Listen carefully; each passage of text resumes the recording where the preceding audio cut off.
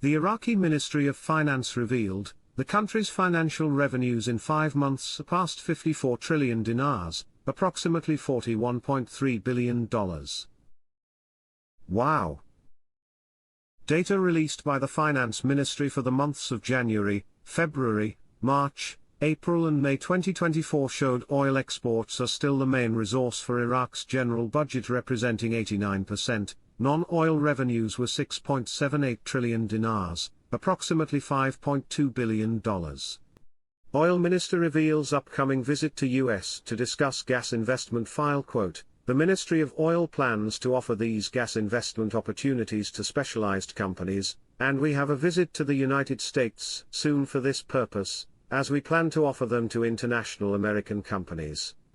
After the success of the recent negotiations in Washington, the central bank succeeded in diversifying the basket of commercial currencies. Indicating this will lead to a significant decrease in the demand for the dollar, this meeting with the Central Bank of Iraq, U.S. Federal Reserve and U.S. Treasury, which lasted for 3 days. Commercial currencies with the Iraqi dinar. They're not going to do that at 1,310.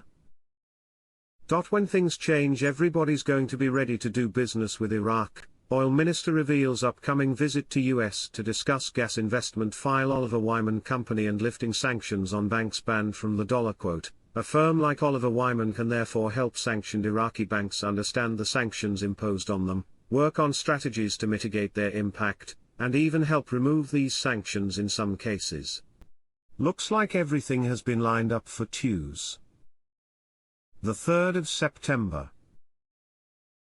It's going to be a shotgun start. All contracts have been signed. Everything is ready to go. Tier 1, 2, 3 and 4 banks around the world are fully integrated and ready for distribution.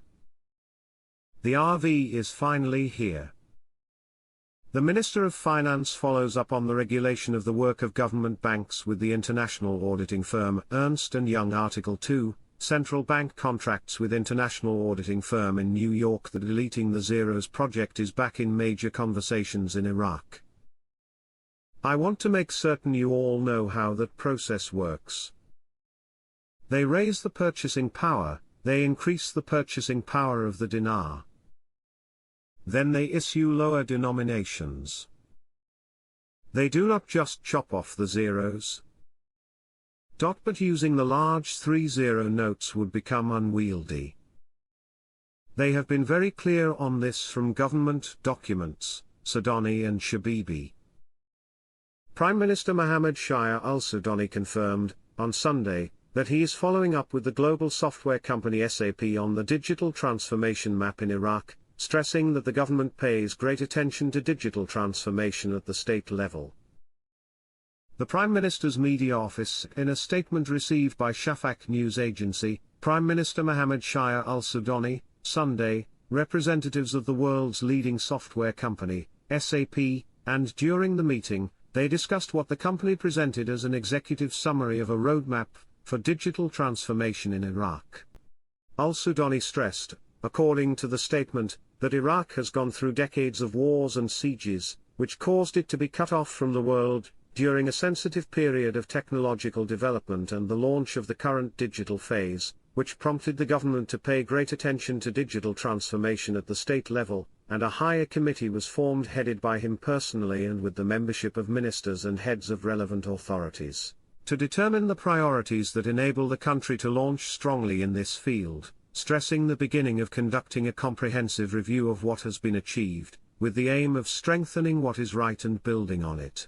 The statement pointed out that the roadmap presented by SAP aims to enhance governance, drive economic growth, and improve public services through the strategic implementation of digital technologies, conduct a general assessment of the country's digital infrastructure and workforce, skills, strategic planning in critical sectors such as healthcare and education, and work with the government to address various challenges, in order to enhance cybersecurity measures, and enhance digital awareness across all age groups.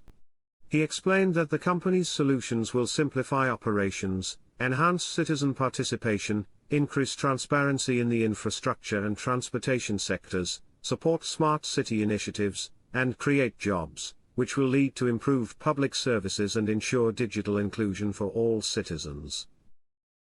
You didn't have anybody talking about privatizing the banks 20 years ago, it wasn't in the pipeline. It's obviously different from 2016. We don't have ISI anymore. It's obviously different from 2018.